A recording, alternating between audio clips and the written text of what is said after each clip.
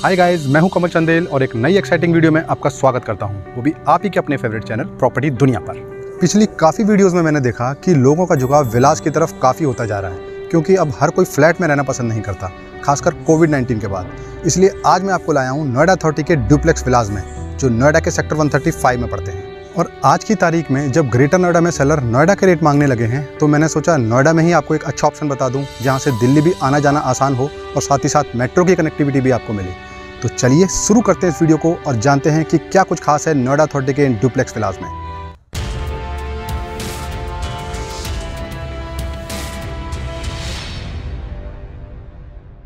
Sector 135 duplex विलास, जिसे Noida authority ने 2011 में अलॉट किया था, और ये सभी विलास नोएडा के सेक्टर 135 के श्री राम मिलेनियम स्कूल के बिल्कुल बगल में मौजूद हैं। अब आप इसे डुप्लेक्स हाउस कहें या डुप्लेक्स विलास, ये सभी घर नोएडा अथॉरिटी के सेक्टर 135 के एक गेटेड कम्युनिटी का हिस्सा हैं, जहां आपको एक बहुत ही सेफ और सिक्योर एनवायरनमेंट तो मिलेगा ही साथ एक पीसफुल एनवायरनमेंट भी देखने को मिलेगा। इसे आप एक 4 बेडरूम की इंडिपेंडेंट कोठी भी कह सकते हैं, जो 180 स्क्वायर मीटर या गज में कहें तो लगभग 215 गज के प्लॉट पर अथॉरिटी द्वारा बनाई गई है, और जिसमें आपको एक large kitchen, spacious drawing room और 4 बाथरूम्स भी मिलते हैं, और साथ ही साथ एक लार्ज कार पार्किंग भी। मगर इन डुप्लेक्स हाउस पर आप अलग से एक्स्ट्रा फ्लोर नहीं बना सकते, जैसा आप ग्रेटर नोएडा के इंडिपेंडेंट हाउस में कर पाते हैं, मगर फिर भी थोड़ी बहुत मॉडिफिकेशन तो आप यहाँ भी कर सकते हैं। अथॉरिटी के विलास में हमें सबसे बड़ी खासियत ये लगती है कि अथॉरिटी की जो भी सोसाइटी होती है वो काफ़ी खुली होती है, और वहाँ पर पार्क और ग्रीन एरियाज़ भी बिल्डर की सोसाइटीज़ के मुकाबले काफ़ी बड़े मिलते हैं, और यहाँ भी आपको अथॉरिटीज़ के बड़े बड़े पार्क देखने को मिलते हैं। इस सेक्टर में टोटल विलास की अगर बात करें तो यहाँ लगभग 350 विलास हैं, और सभी विलास 180 मीटर के प्लॉट पर नोएडा अथॉरिटी द्वारा बनाए गए हैं, और इसलिए आप इन विलास पर भी 80% तक लोन ले सकते हैं। और अथॉरिटी के विलास, प्लॉट्स और फ्लैट्स में सबसे बड़ा फ़ायदा ये रहता है कि इसमें हमें ये देखने की ज़रूरत नहीं रहती कि यहाँ रजिस्ट्री हो रही है या नहीं, क्योंकि नोएडा में प्राइवेट बिल्डर्स की बहुत सी सोसाइटीज़ में रजिस्ट्री ना होने की प्रॉब्लम भी आती है, क्योंकि बहुत से बिल्डर्स ने अथॉरिटी को बकाया पैसे नहीं चुकाए होते। अब अगर बात करें यहाँ पर ऑक्यूपेंसी के रेट की, तो आज की तारीख में यहाँ 70% की ऑक्यूपेंसी है, जिसके काफ़ी विलास में आपको ओनर्स और कुछ विलास में आपको टेनेंट्स भी दिखाई देते हैं। मुझे पता है बहुत से लोग आगे चलकर इन विलास को अंदर से देखने की भी इच्छा जताएंगे, तो इसलिए ले चलता हूँ मैं आपको उसके अंदर के लेआउट पर। ये है इसका एंट्री गेट, और सामने है एक लार्ज पार्किंग, और ये लेफ़्ट साइड में है इसका लॉन एरिया, जहाँ पे आप ग्रीनरी वगैरह मेंटेन कर सकते हैं।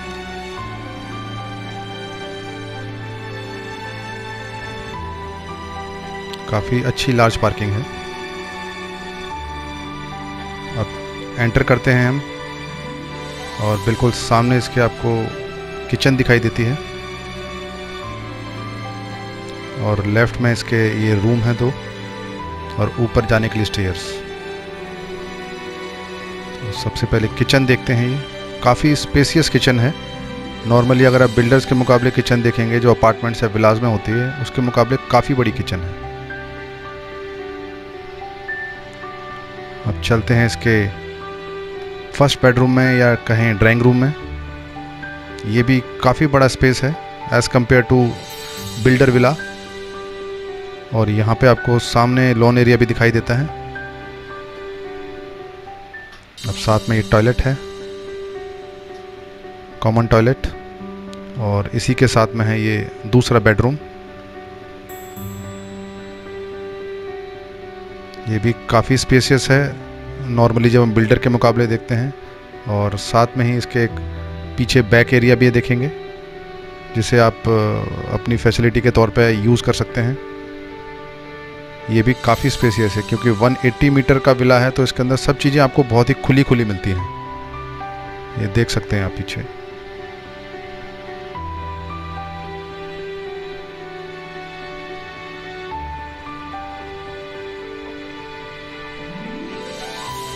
इसके अंदर भी आपको एक कंबाइंड टॉयलेट है।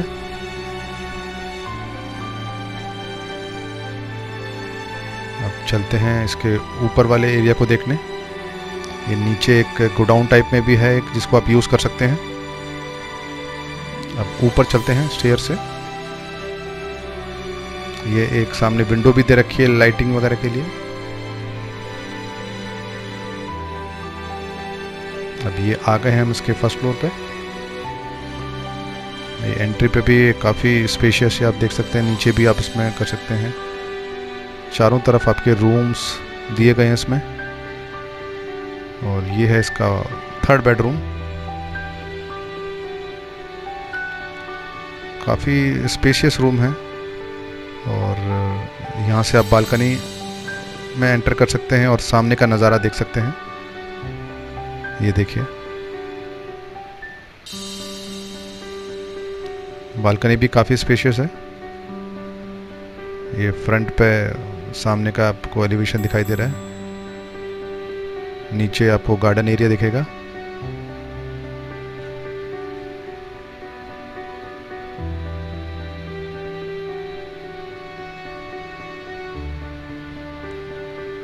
काफ़ी बड़ा साइज है रूम का।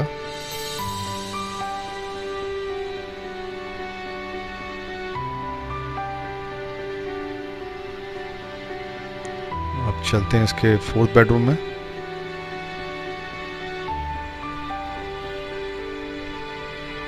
ये देखिए, ये भी काफ़ी स्पेशियस बेडरूम है, क्योंकि नॉर्मली बिल्डर के में तो हमें काफ़ी छोटे छोटे रूम्स मिलते हैं। इसमें भी देखिए अब टॉयलेट साथ में है और पीछे की बालकनी भी है इसमें बैक एरिया की।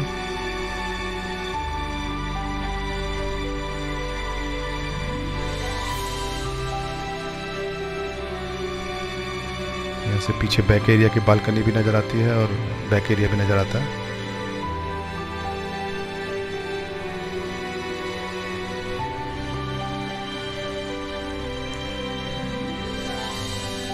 चलिए अब चलते हैं इसके लास्ट वाले बेडरूम में।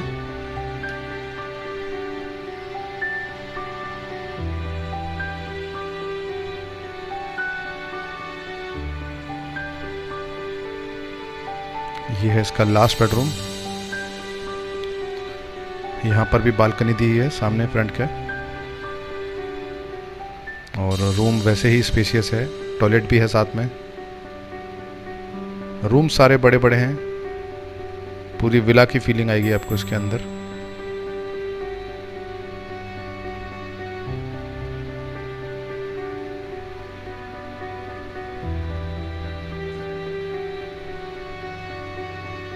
ये भी बालकनी देख सकते हैं आप, ये जैसे कि साथ वाले बेडरूम में थी। और यहाँ से भी आपको सारा नज़ारा देखने को मिलेगा। रोड वगैरह सब नज़र आती है यहाँ से।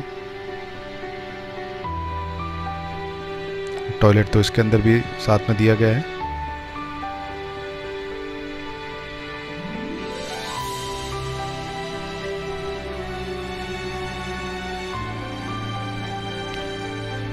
चलिए, ये आपको पूरा मैंने सैंपल विला दिखाया है। आपको आइडिया लग गया होगा पूरा इसका व्यू देखकर। नोएडा अथॉरिटी के विलास होने की वजह से अगर आप इन डुप्लेक्स हाउसेस को प्राइवेट बिल्डर के विलास से कंपेयर करेंगे तो इन डुप्लेक्स हाउसेस को ज़्यादा खुला खुला और बड़ा पाएंगे, और इसलिए इसमें आपको कमरे भी बड़े बड़े मिलते हैं।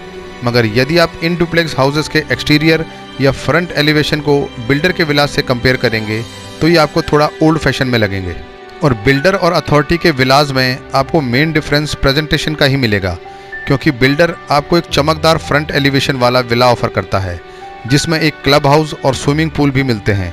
और शुरू में तो ये चीज़ें सभी को अट्रैक्ट करती हैं, मगर समय चलते चलते सभी को समझ में आ जाता है कि ये सभी चीज़ें बिल्डर के लिए मनी मेकिंग मशीन हैं और कुछ नहीं। मगर यदि आप अथॉरिटी के इन विलास के टोटल बिल्टअप एरिया को देखेंगे तो वो लगभग 2500 स्क्वायर फीट पाएंगे, और वो भी बिना किसी लोडिंग के। क्योंकि यदि आप प्राइवेट बिल्डर का कोई भी हाई राइज अपार्टमेंट या विला लेते हैं तो उसमें आपको 30 से 40% तक की लोडिंग या कटिंग मिलेगी, और इसलिए आप इसे वैल्यू फॉर मनी भी कह सकते हैं। और यदि आप एक अच्छा और स्पेशियस हाउस या विला रहने के लिए देख रहे हैं तो ये आपके लिए एक परफेक्ट चॉइस हो सकता है। क्योंकि रॉ कंडीशन में होते हुए भी इन डुप्लेक्स हाउस की कंडीशन ग्रेटर नोएडा के उन विलास से काफ़ी अच्छी है जो यहाँ से 20 किलोमीटर आगे पड़ते हैं, और रेट उनमें सेलर और फाइनेंसर्स नोएडा वाले मांग रहे हैं। कनेक्टिविटी के लिहाज से यदि आप इन विलास को देखें तो सेक्टर 135 बिल्कुल नोएडा एक्सप्रेसवे से सटा हुआ है, और कालिंदी कुंज से इसकी दूरी लगभग 12 किलोमीटर है। साथ ही साथ नोएडा के सेक्टर 135 के SEZ एरिया से बिल्कुल कनेक्टेड है और इसलिए इन विलास को रेंट पर लेने वालों की भी काफ़ी डिमांड है। यहाँ से सबसे नज़दीकी मेट्रो स्टेशन सेक्टर 142 का पड़ता है, जो यहाँ से लगभग 2 किलोमीटर की दूरी पर है। सिक्योरिटी के लिहाज से भी ये सेक्टर काफ़ी अच्छा है, जिसमें आपको इसके एंट्री गेट पर 24/7 CCTV कैमरा सिक्योरिटी मिलती है, वो भी सिक्योरिटी गार्ड्स के साथ। इसके अलावा सेक्टर 135 का पुलिस स्टेशन भी यहाँ से केवल 200 मीटर के डिस्टेंस पर है। अगर बात करें शॉपिंग डेस्टिनेशन की, तो सोसाइटी के अंदर तो हमें कुछ शॉपिंग एरिया नहीं मिलता, मगर आसपास में ही बने एसोटेक IT पार्क से आप शॉपिंग कर सकते हैं। अब बात करते हैं इसके प्राइस की। तो आज की तारीख में नोएडा सेक्टर 135 के इन विलास की कीमत 1.5 करोड़ से शुरू होते हुए 1 करोड़ 90 लाख तक जाती है। और जैसा कि मैंने अपने पिछले वीडियोस में भी बताया है कि किसी भी प्लॉट या विलास की कीमत उसकी फेसिंग और लोकेशन पर बहुत डिपेंड करती है, और वो प्रॉपर्टी कितनी मीटर रोड पर है उसका भी प्रॉपर्टी की कीमत पर बहुत असर पड़ता है।